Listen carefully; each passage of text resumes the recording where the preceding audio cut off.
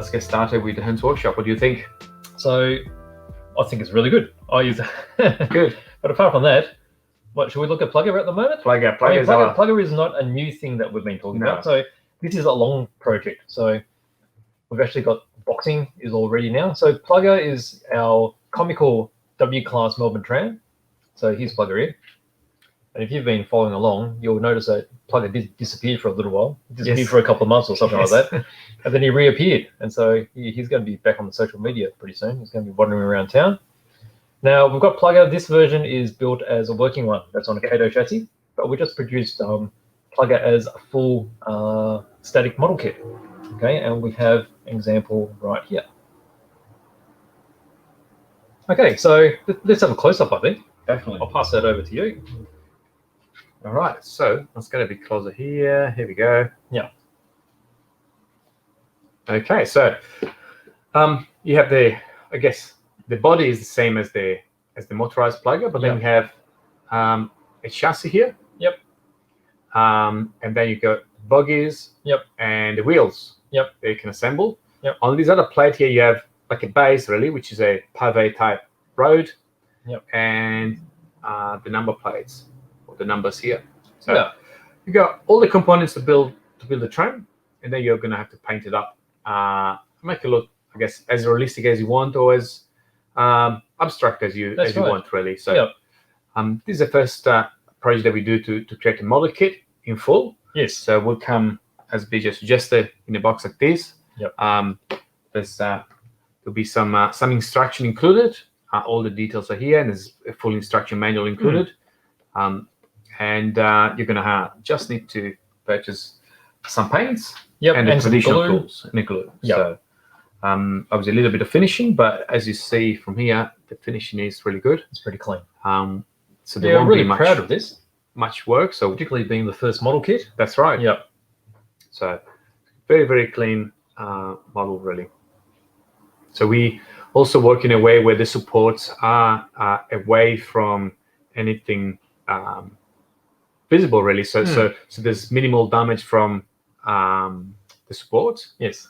And so it should be really easy to clean and prepare, even for a new modeler, I guess. Yeah, it doesn't have a lot of bits and pieces. Just a little bit of super glue just to hold it all together. Yeah. And the great thing is, I like how it's like a blank canvas. Yes. So from there, you can paint so many different versions of the tram. Absolutely. So when they first came out, I can't remember when they first came out. It would have been in the 20s or 30s when the W class was first released, and they ended up making 700 odd of these particular trams. There's a few floating around, which is more like Plugger's color. Okay, so that's what the City Circle trams look like now. Number 35 normally. Yep. In the earlier days when they first released the City Circle, they were actually brown.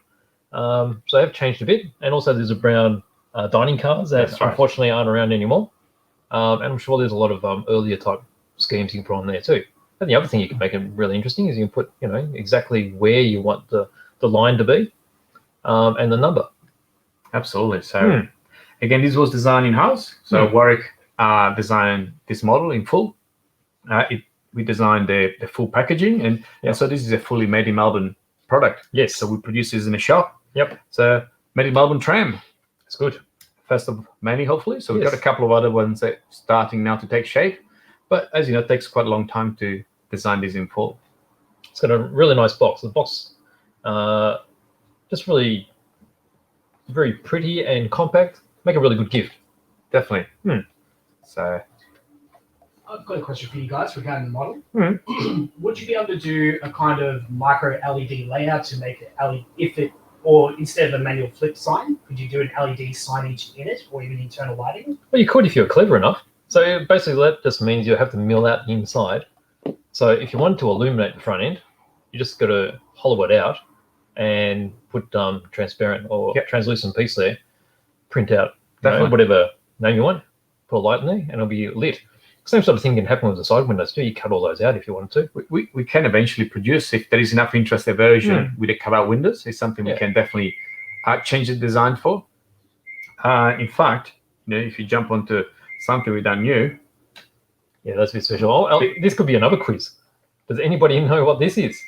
Yes. Can you guess this? What this could be? What is that? But as you can see from this one, the windows are being cut out, so we could do the same for the tram. Yeah.